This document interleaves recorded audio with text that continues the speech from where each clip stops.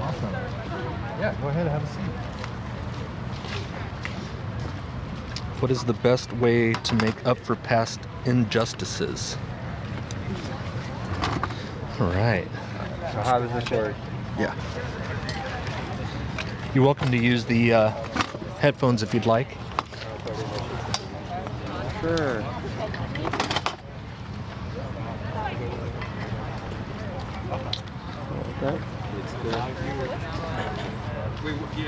Can you hear okay? Yeah, I can. Oh, Good. wow, this is nice. Well, what's your name? Joseph Chen. Joseph? Yeah. Joseph? Yes. Okay. Awesome. My name's David. It's good to Hello, meet you. David.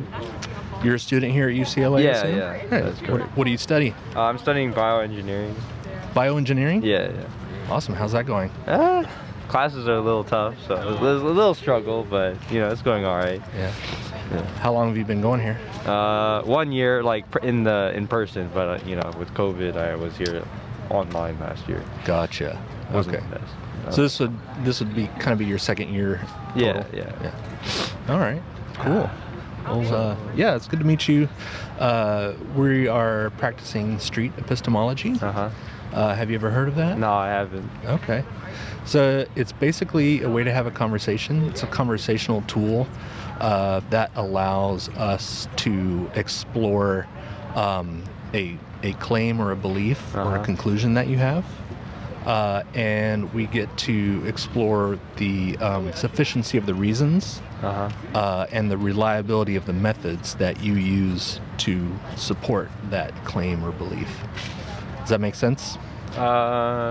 Like reliability of the methods. Like what do you mean? Yeah. So epistemology is the study of knowledge. How do you know what you know, or how do you know what you claim to know? I see. And so that's kind of what we dig into. So it's not necessarily figuring out if something is true or false, but we're exploring the ways that support your journey to that conclusion. So like the process of getting information, things like that. Yeah, and how reliable those processes are. I see. That kind of thing. So you gave me this one. Yes, thank you. Yeah, so what is the best way to make up for past injustices? We can talk about that, or if you have a different claim that you want to explore, it's up to you. So could I like clarify the question? So like past injustice, like in like general terms, like a broad scope, or like injustice, or like local injustice, like something you did to me as a person, or like societal, like something that was done against a group of people.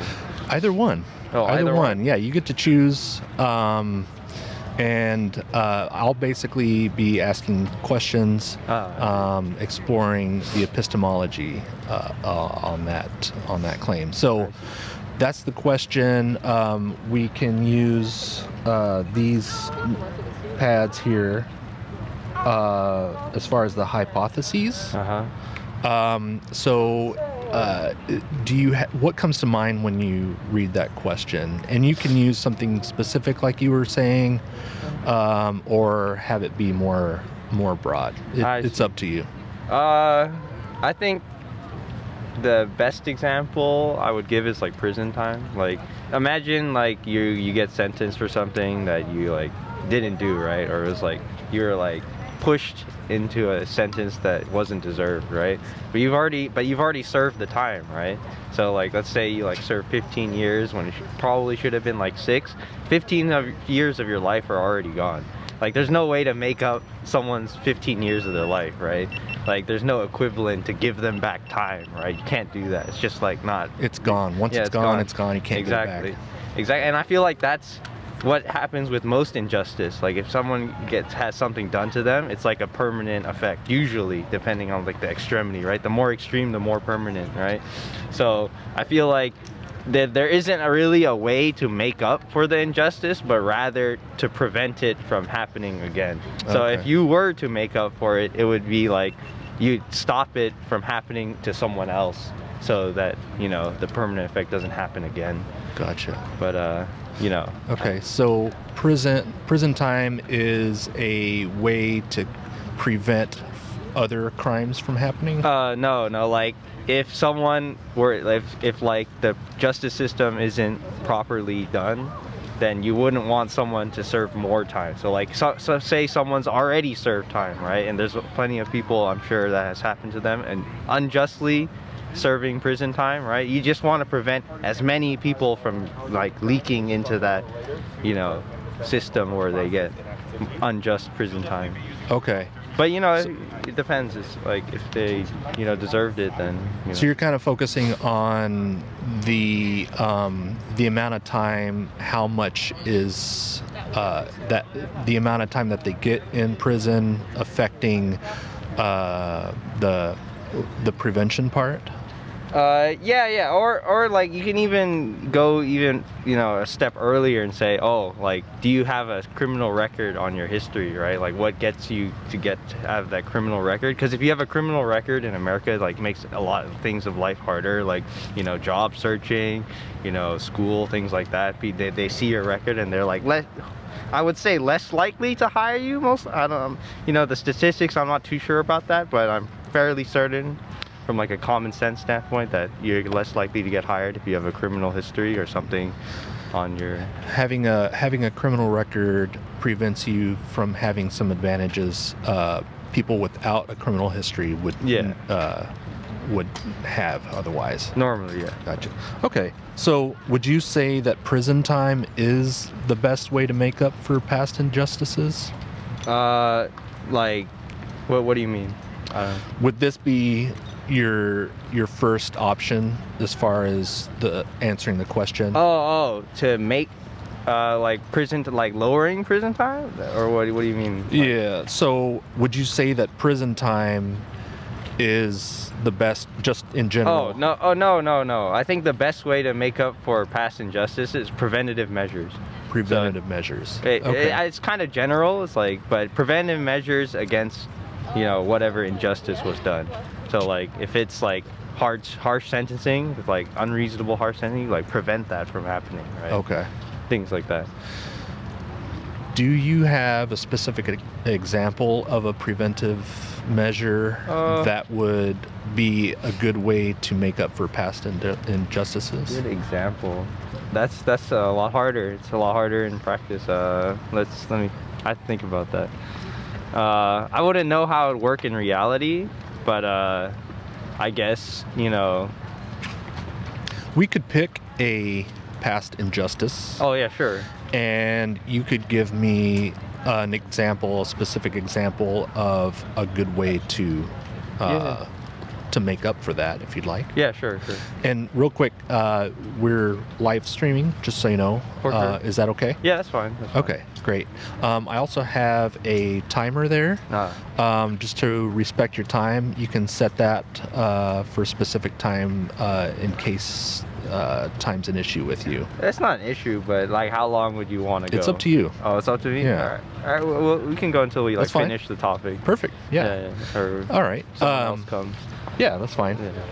Yeah. So did you can you think of a specific past injustice, maybe that happened to you, or maybe that you did to somebody else that you wanted to maybe check out the best ways to make up for it? Well, I wouldn't say this is like an injustice necessarily, but like, you know, earlier today when I was walking, someone left their scooter, right? You know, one of those scooters and then they like put it on the side onto the street. Okay. So like, you know, that could be like, it's like injustice against like people driving. Like, come on, like you're blocking the freaking road, right? Oh, okay. Like, why would you do it? The scooter has a function where you can put it on a stand and you can just put it somewhere on the side. Like, why do you have to, you know, put it in the middle of the street? And then like, I literally saw it happen. Like, the person literally put the scooter, put it down on the street, and then walked away. I was like, you know, It's like it was nothing. Yeah, like it was nothing. And then, so I like, see, I went and I took up the scooter and I put it back in the right place, right? But you know, that's not really good because I'm not the one like creating the problem, right? Maybe I should have went up to them and like told them, hey, what are you doing? You should put the scooter like, you know, how it's properly, you know, supposed to be put. But I didn't do that.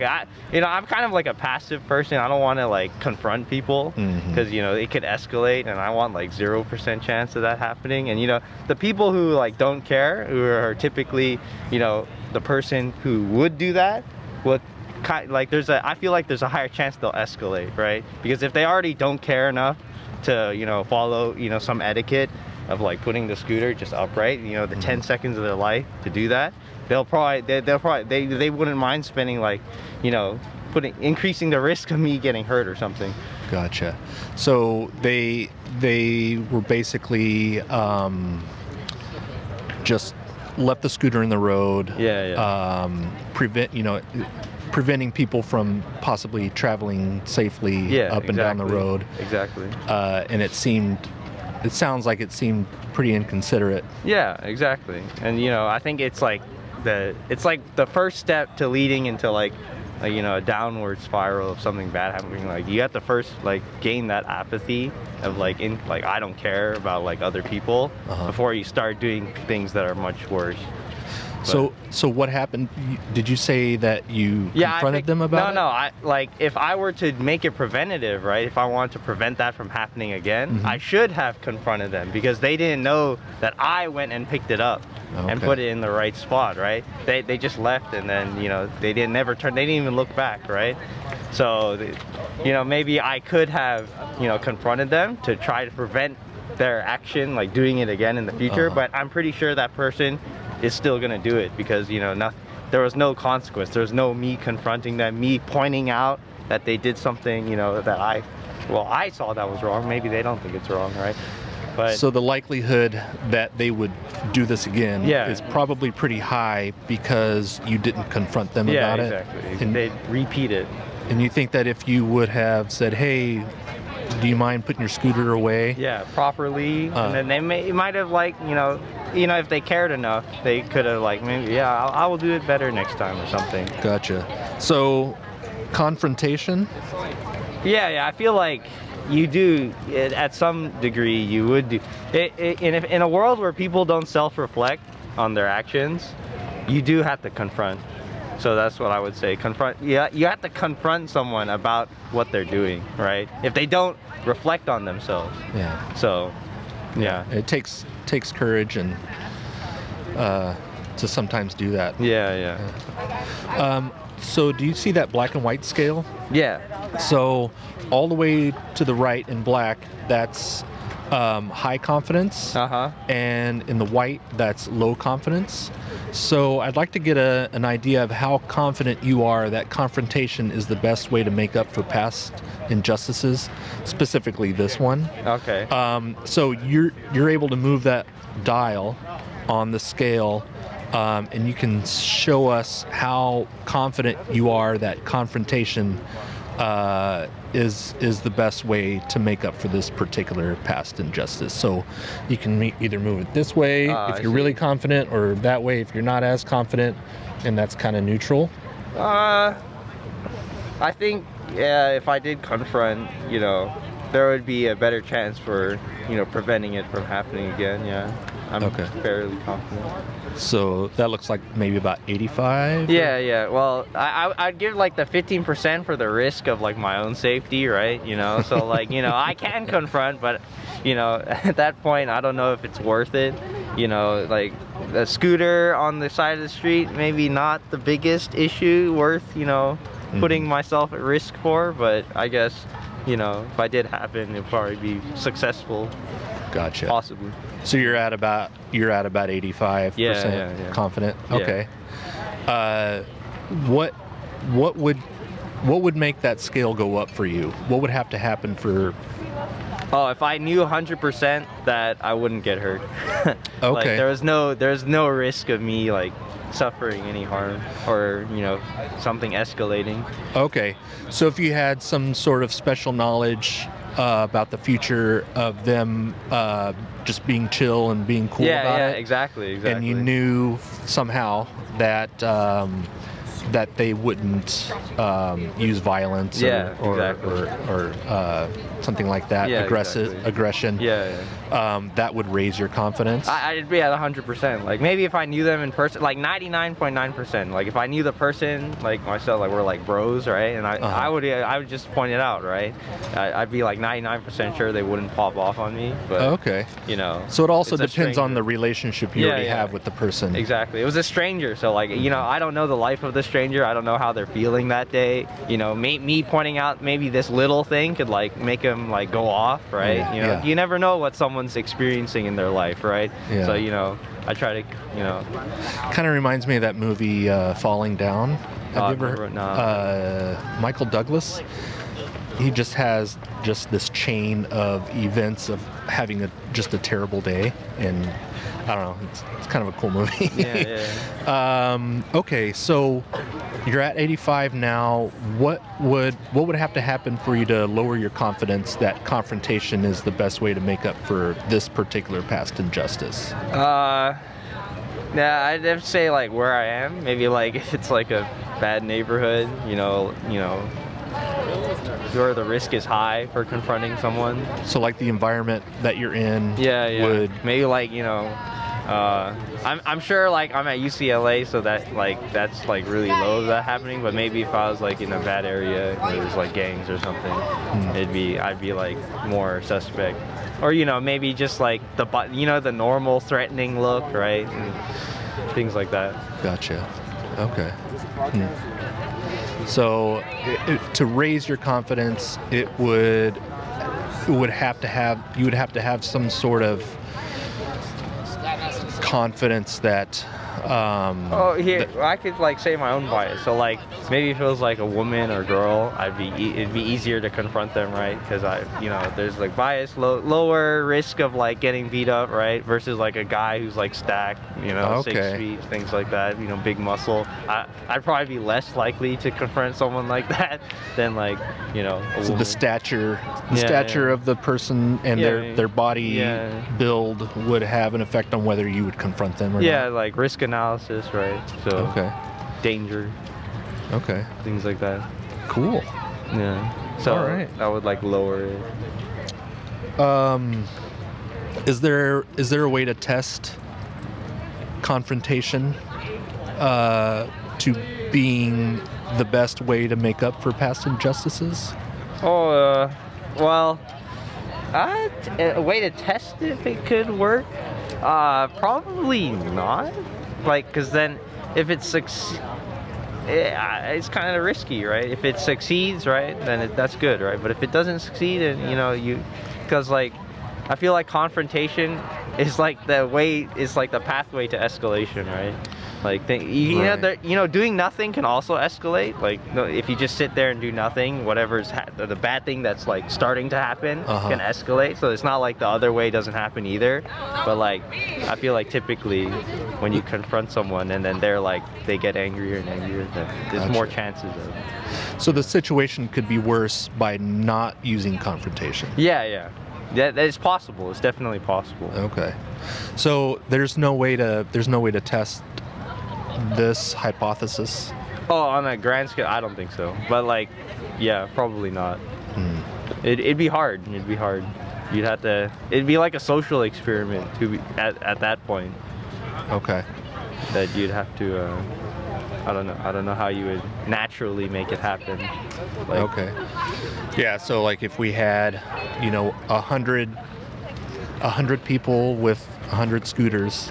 and then you just put for that specific see I would expect that no one would do anything, to be honest, but if you did go around and try to test that, maybe I'd be wrong. I don't know. Awesome.